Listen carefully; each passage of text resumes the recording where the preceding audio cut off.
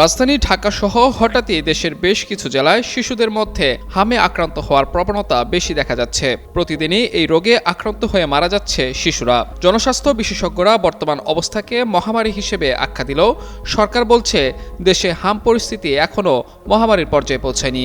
এ অবস্থায় সামাজিক মাধ্যমে প্রকাশিত একটি ছবি নাড়িয়ে দিয়েছে সবার হৃদয়।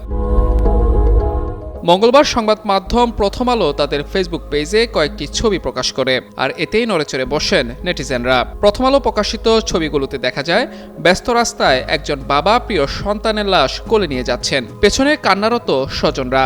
সেখানে হয়তো শিশুটির মাও রয়েছেন। আধুনিকতার চূড়ায় থাকা এ যুগে এমন ছবি যেন আমাদের মনে করিয়ে দেয় এখনও কতটা অসহায় আমরা। সামাজিক মাধ্যমে নেটিজেনরা সন্তানহারা সেই বাবাকে সান্ত্বনা দিলেও একমাত্র ওই বাবাই জানেন সন্তানের লাশ কতটা ভারী। সাম্প্রতিক হামের প্রাদুর্ভাব এবং এতে শিশু মৃত্যুর ঘটনাকে কেন্দ্র করে বিদায়ী অন্তর্বর্তী সরকারের প্রধান উপদেষ্টা ডক্টর মোহাম্মদ ইউনূসের বিরুদ্ধে তীব্র সমালোচনা ও আইনি পদক্ষেপের খবর পাওয়া যাচ্ছে।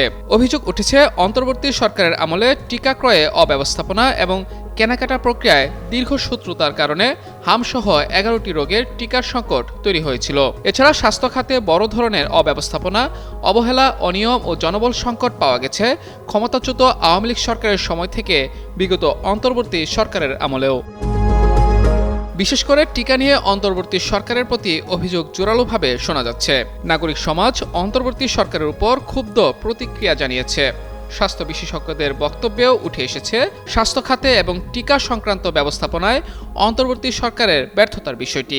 তাদের কারো কারো মতে ক্ষমতাচ্যুত আওয়ামী লীগ সরকারের সময় স্বাস্থ্য খাতে যে দুর্নীতি ও অনিয়ম ছিল সেখানে সংস্কার আনতে গিয়ে উল্টো এই সংকট তৈরি হয়েছে।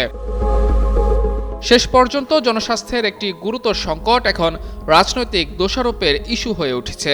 এতে সাধারণ মানুষের মাঝে তৈরি হচ্ছে বিভ্রান্তি।